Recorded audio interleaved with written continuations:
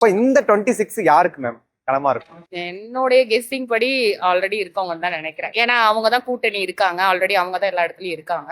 But விஷயம் என்னன்னா விஜய் வரணும்ன்றது. அப்பா தாவேக்க தலைவர் விஜய் 2026ல ஜெயிக்க வாய்ப்பு இருக்கா? ஜெயிக்க வாய்ப்பு இருக்குண்ணா. தளபதி வாய்ப்பு இருக்கு சார், வாய்ப்பு இருக்கு. கண்டிப்பா எங்க தளபதி ஜெயிச்சிருவாங்க. ஏன்னா மக்களுக்காக வராரு, சுயநலம் இல்லாம ஏதாவது பண்ணணும்ன்ற ஒரு ஆசையில வராரு. கண்டிப்பா மக்களும் சப்போர்ட் பண்ணாங்க, ஜெயிச்சிருவாரு. அதான் யங்ஸ்டர்லாம் கொஞ்சம் அவர் பின்னாடி இருக்கிறதுனால கொஞ்சம் ஜெயிக்கிறதுக்கு வாய்ப்பு இருக்கு. பாதிக்கு பாதி விஜய் தான் 100% ஆக்சுவலா ஜெயிக்கணும்ன்றது ஆசை. பட் இந்த எலெக்ஷன்ல அவங்க ஜெயிப்பாங்களான்றது கொஞ்சம் டவுட். அம்மா 2026 எலெக்ஷன்ல விஜய் ஜெயிக்க வாய்ப்பு இருக்கா? வாய்ப்பு இருக்கு.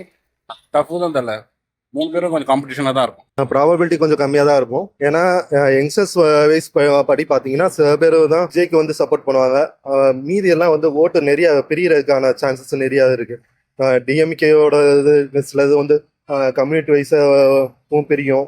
இது இல்லாமல் ஏடிஎம்கே அதர் கட்சிஸ்ன்னு போகும்போது நிறைய இது இருக்கு.